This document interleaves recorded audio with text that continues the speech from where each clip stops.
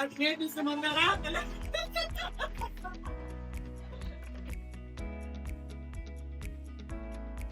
Čia yra biblioteka, kur galima ateiti bet kokią knygą O kas paskaityti. jas Ir visada galima, jo, va čia yra QR kodas, jūsų labai mėgstamas, ir galima nusiskanuoti ir užsisakyti bet kokią knygą, arba pasimti. 1, 2, 3.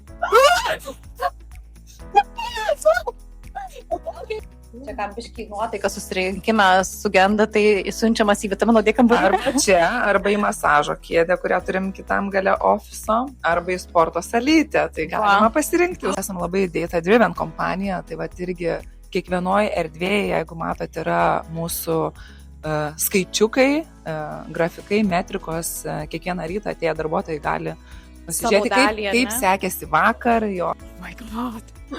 Hostinger YouTube kanalai? Taip, į Hostinger Academy.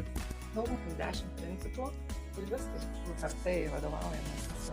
Čia irgi galima mitrumas, mūsų relaxation mitrumas, bet tuo pačiu aš esu ir pokalbiuose čia rimtai dalyvavus toj masažo kėdėj. Tai